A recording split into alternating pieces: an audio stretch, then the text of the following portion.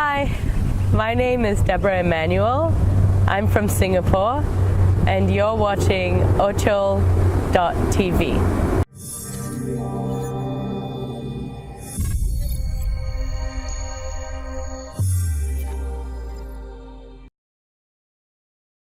So I started writing poetry when I was a kid. I don't really remember exactly when, but I found this poem that I wrote for my mother when I was like 10 or 11 years old, and that's the first evidence I found of me writing poetry. I don't think I registered for a long time how it was always a part of my history and how it came quite naturally as a way for me to articulate the things that I felt I needed to articulate. And for me, that's what is important about it, that we all have different emotions, and sometimes they're strong, sometimes they can overwhelm us, and it is when I think we choose to find a way to express those emotions that we can heal. Otherwise it just kind of stays inside, and sometimes it tangles us up inside even. But when I have a strong feeling and I take it out of myself, like I just pull that string out of my mouth like bit by bit, and then suddenly like it's on a page and it's words, like I can look at it, right? And when I look at it, it allows that distance to even understand things that I didn't understand before about what's going on in my own mind.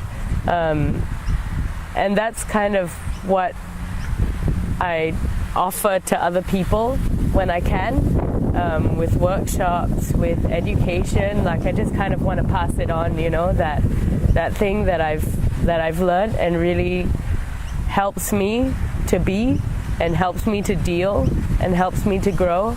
And I've definitely seen it help other people when I've passed it on to them, so that's quite important for me to keep doing. Yeah. I really enjoy all of the different kinds of forms that I experiment with. It's because I do feel that everything is a kind of poetry. I guess it all comes from poetry to me. Like, it's the idea that you can explain something abstract by painting it. Like, you can paint it like with your hands, you can paint it with words, you can paint it with theater. But what it is about is the story and the idea. So all of the different forms that I experiment with, like I see them as connected, and it's really rare that I'll be performing something that doesn't have elements of other things. Like a lot of my poems contain bits of song that I've written, and a lot of the theater that I do contains poetry that I've written, because everything intersects, everything is one.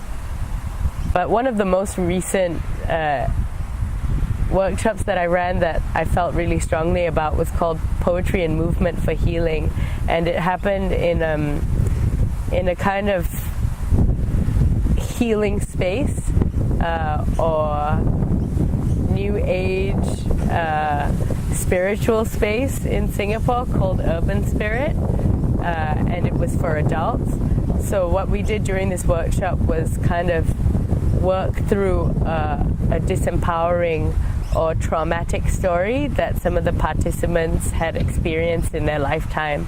So they wrote out this story just like in straight up, like maybe even point form, like this is what happened, and maybe this is how it made me feel disempowered or upset, or this is how it was difficult for me. And then we turned that into a piece of poetry, and then we turned the piece of poetry into a piece of movement. And so by the end of the workshop, all of these people had this painful thing that happened that they presented to the rest of the group as a kind of like dance sequence with music playing in the background, and all of the people watching really were there to appreciate what had been created as sharing for them.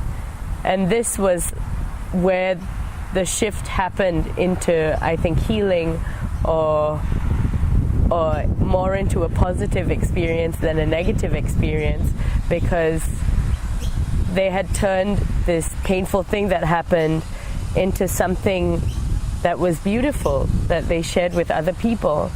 And it's I think something that I feel quite strongly about right now, this realization that the stuff that has made you who you are, even if it has been difficult and painful and traumatic, it can be used to help other people or inspire other people, or it can be beautiful for other people to experience, and because it's a part of you. And so it's also about loving ourselves. There's a few things that have happened in my life that have really helped me to understand how important it is for me to articulate my strong emotions. My parents had a really tumultuous relationship, quite violent.